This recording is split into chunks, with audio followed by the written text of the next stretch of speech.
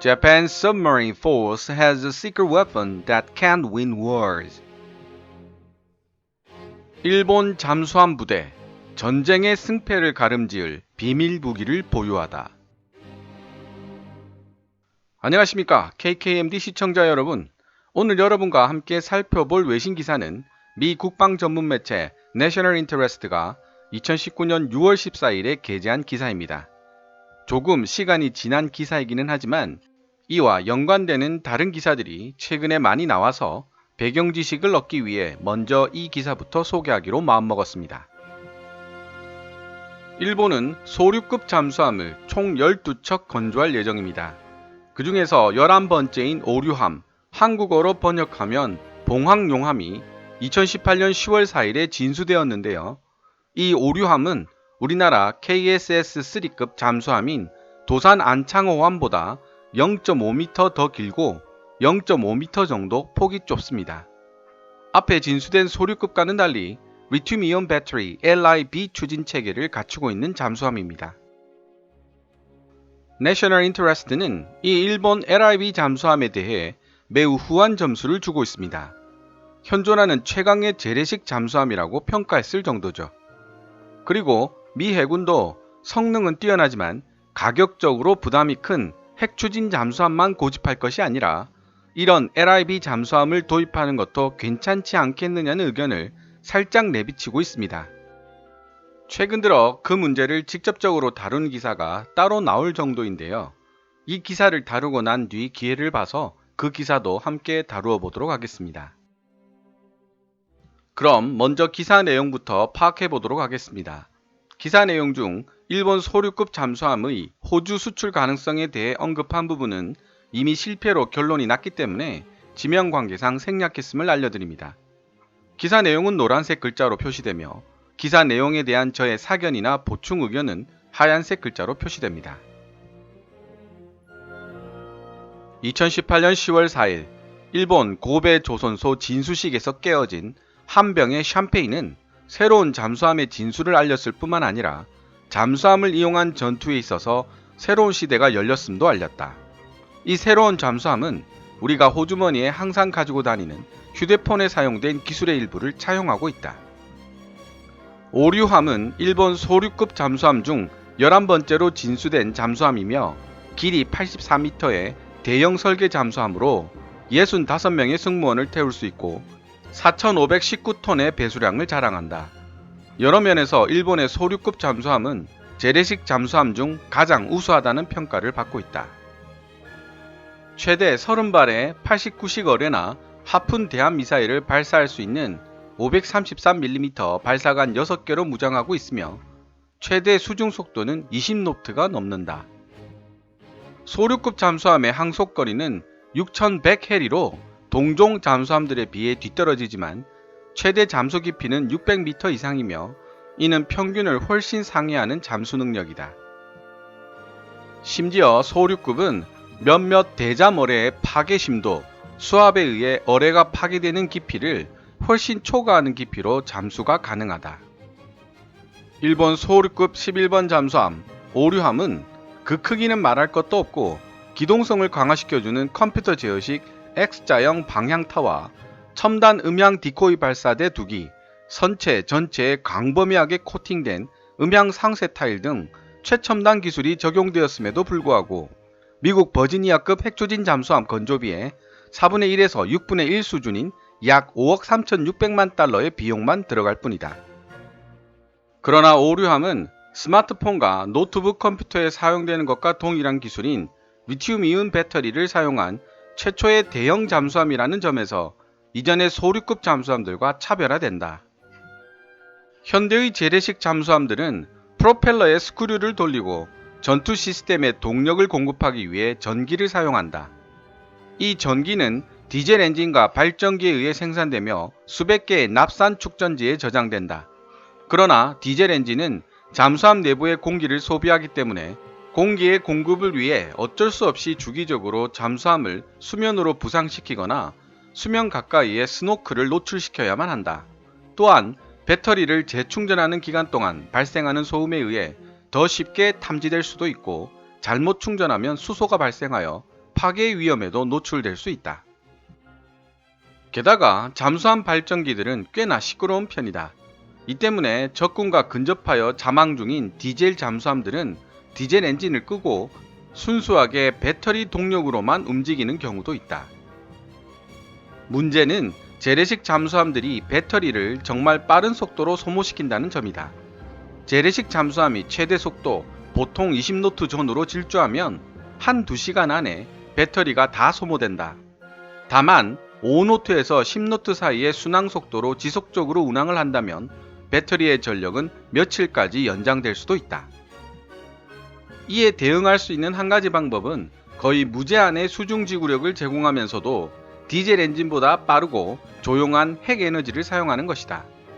하지만 이런 핵 잠수함들도 온전하게 배터리로만 움직이는 디젤 잠수함만큼 조용하지 못하고 핵 잠수함들은 조작 원리상 원자로를 마음대로 켜고 끌 수도 없다. 더 중요한 것은 핵 추진 잠수함의 건조 비용이 재래식 디젤 잠수함 건조 비용의 4배에서 6배 정도 든다는 것이다. 심지어 원자로 기술에 접근이 가능한 국가들이라고 해도 단거리 순찰에 핵 잠수함을 운용한다는 것은 닭 잡는데 소 잡는 칼을 쓰는 격이라는 비난을 받기 쉽다. 지난 20년 동안 재래식 잠수함은 다양한 방식으로 더 조용하고 더 오래 지속되는 공기 불요 추진 체계를 보완하는 데 초점을 맞춰 발전해 왔다. 이전의 7척의 소류급 잠수함에는 스털링 폐쇄회로 열기관을 포함하고 있었는데 스털링 폐쇄회로 열기관은 스웨덴 사람들이 처음 고안해낸 기술이며 현재 중국의 039A형 잠수함에서도 발견되고 있다. 공기 불요 추진 체계 AIP 잠수함은 핵 잠수함보다 더 조용하게 달릴 수 있고 수면으로 부상하기 전에 몇 주 동안이나 잠항을 유지할 수도 있지만 4에서 6노트의 저속으로 이동해야 한다는 단점을 지니고 있다. 게다가 공기 분료 추진 체계는 상당한 부피를 요구하기 때문에 거주 공간이 좁아지는 불편함과 동시에 작동에 사용되는 휘발성 액체가 야기하는 폭발의 위험성도 늘 존재한다는 문제점이 있다. 하지만 일본 소류급 11번 잠수함 오류와 그 후속함들은 배터리의 수명을 늘리는 데 있어 기존과는 다른 접근법을 예고하고 있다. 1991년 일본 기업들은 리튬이온 배터리를 상용화시켰다.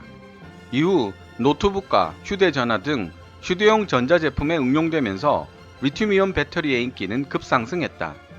에너지 효율이 60에서 70%에 불과했던 기존 납산 배터리에 비해 리튬이온 배터리는 80에서 90%의 효율로 에너지를 방출하며 부피와 무게에 있어 에너지 밀도가 높고 훨씬 빠르게 재충전할 수 있다는 특징을 지니고 있다.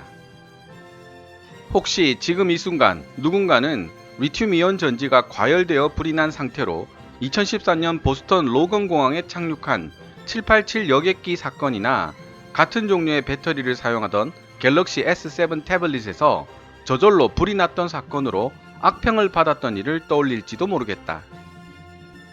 리튬이온 전지가 외부적 원인 없이도 폭주해서 불이 나는 경향이 있다는 사실은 수백 개의 리튬이온 전지를 근접해서 설치해야만 하는 잠수함에서는 악몽과도 같은 걱정거리가 될 수밖에 없다. 실제로 2008년 미국의 특수부대 CED이 사용하는 침투형 소형 잠수정의 리튬이온 배터리에도 불이 붙었던 적이 있었다. 이 사건은 왜 리튬이온 전지 기술이 대형 잠수함에서 좀 더 일찍 구현되지 못했는지를 설명해 준다.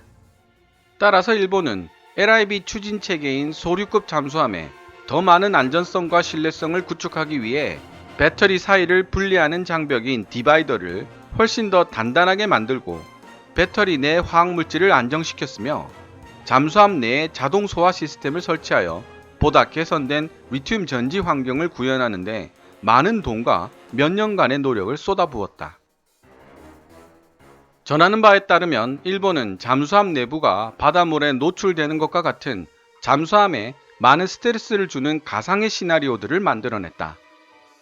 그리고 개선된 리튬 전지 환경이 이에 얼마나 어떻게 대응할 수 있는지 알아보기 위해 엄격한 테스트를 실시한 것으로 알려졌다. 일본 해상자위대가 소류급 11번 잠수함 오류함을 진수했다는 사실은 결과적으로 일본 잠수함의 리튬이온 전지 환경이 운용 가능한 안전한 성능으로 개량되었음을 시사한다고 볼 수 있다.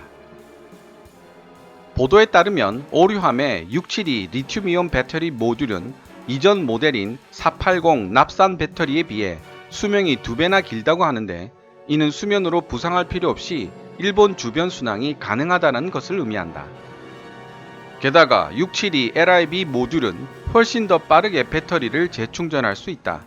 이는 잠수함이 배터리를 재충전하는 동안 발생하는 소음이나 노출로 인한 피탐지 위험 기간도 짧아진다는 것을 의미하는데, 한 계산에 따르면 기존의 2.7시간에서 거의 절반 수준인 1.4시간으로 줄어든다. 하지만 9,700만 달러의 비용이 들어가는 리튬이온 배터리는 1,300만 달러의 비용이 드는 납산 배터리에 비해 더 많은 돈이 들어간다. 수면으로 부상하지 않고서도 몇 주 동안이나 자망을 할 수 있는 공기 불요 추진 시스템 AIP 잠수함에 비한다면 리튬이온 배터리로 움직이는 잠수함의 수중 지구력은 다소 뒤떨어지는 것이 사실이다. 그러나 기술의 발전과 더불어 예전보다 확연하게 늘어난 배터리 수명은 더 많은 전기의 사용을 가능하게 만들어 발전기를 끈 상태로 오랫동안 극저소음 자망을 할 것인지, 아니면 배터리를 총동원하여 긴 시간 동안 고속 기동을 할 것인지를 잠수함 함장이 결정해야만 할 때 더 큰 재량권을 부여할 수 있게 될 것이다. 전체적으로 볼 때 단거리 정찰에 파견된 잠수함의 경우 공기 불요 추진 체계 AIP보다 리튬이온 배터리 추진 체계 LIB가 더 유용할 수 있다. 또한 양쪽의 장점을 모두 취하기 위해 연료 전지를 사용하는 공기 불요 추진 체계 AIP와 리튬이온 배터리 체계를 결합시키는 것도 가능하다는 점을 유념할 필요가 있다. 물론 덩치가 큰 공기 불요 추진 체계 엔진을 수용하기 위해서 잠수함 내부의 공간을 희생시켜야 하고 추가적인 비용이 들어간다는 문제점이 있기는 하지만 말이다. 가와사키 중공업이 리튬이온 배터리를 탑재한 12번째이자 마지막 소류급 잠수함인 한 척을 추가로 건조한 후 일본은 차세대 LIB 잠수함 개발에 착수할 예정이다. 일부 보고서에 따르면 이전에 만들어진 스털링 공기 불요 추진 체계 방식의 소류급 잠수함들 중 일부도 LIB 잠수함으로 업그레이드 될지도 모른다고 밝히고 있다.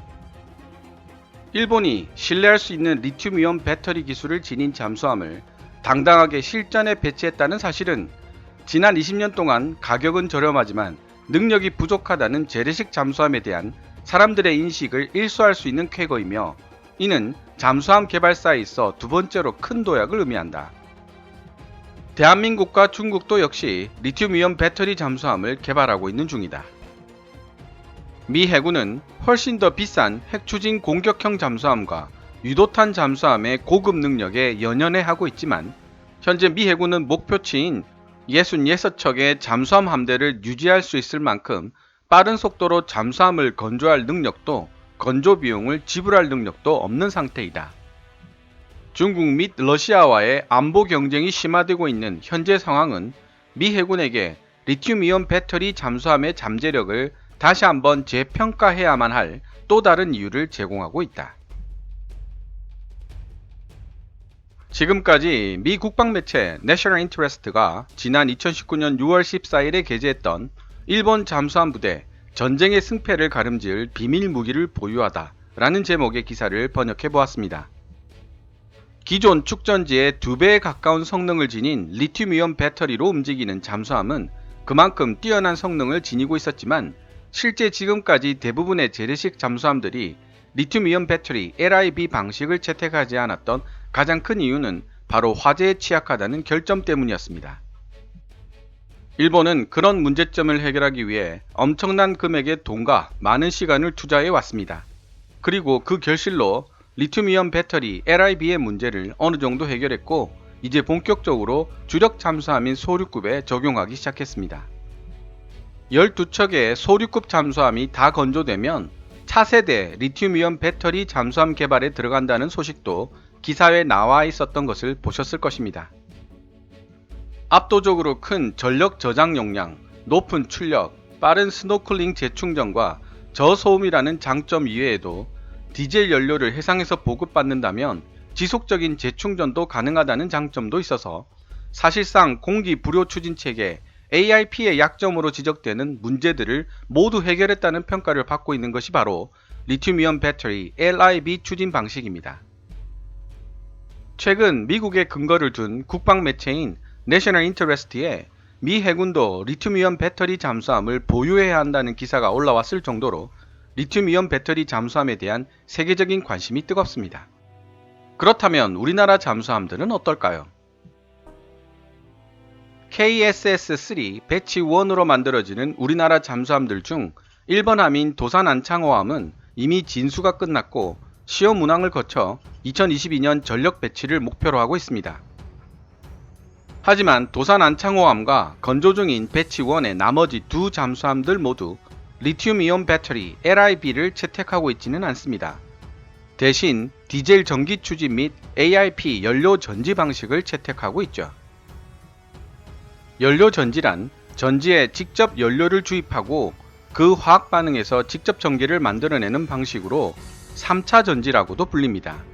소음이 거의 없고 에너지 효율도 좋은 편이어서 20년 가까이 공기 불효 추진 체계 AIP 재래식 잠수함에서 선호하는 전지 체계였습니다. 하지만 출력이 약하며 주 연료인 액화산소 내지는 액화수소를 모항으로 돌아가야만 보급받을 수 있다는 단점과 잠수함 내에 저장된 액화된 산소나 수소는 작은 공격으로도 큰 폭발을 일으킬 수 있다는 단점이 꾸준히 지적되어 왔습니다. 20년 넘게 재래식 잠수함 분야를 주름잡던 연료 전지 시대도 이제 금악을 내릴 때가 되었나 봅니다. 원래는 연료 전지 회사인 범한 산업이 우리나라의 KSS-3 배치 1, 2, 3 시리즈의 잠수함 9대 모두의 연료 전지를 공급할 계획이었으나 세계적인 흐름에 맞추어 배치 2로 만들어지는 잠수함 세척에는 리튬 전지의 탑재를 추진할 것이라고 2017년 3월 23일 방위사업청이 결정을 했습니다. 개인적으로는 일본이 먼저 경험했던 잠수함 내 리튬이온 배터리의 자연 발화 현상을 우리나라 기술진들이 어떻게 해결해 나갈 것인지에 대한 궁금증과 걱정이 생기는 것이 사실입니다. 리튬이온 배터리 분야에서 우리나라 기업들도 이미 상당한 기술력을 쌓은 것으로 알려지고 있지만 추후 상황을 예의주시해야 할 필요가 있을 것 같습니다. 오늘 준비한 내용은 여기까지입니다. 지금까지 시청해 주셔서 감사합니다. Kevin's Military Channel KKMD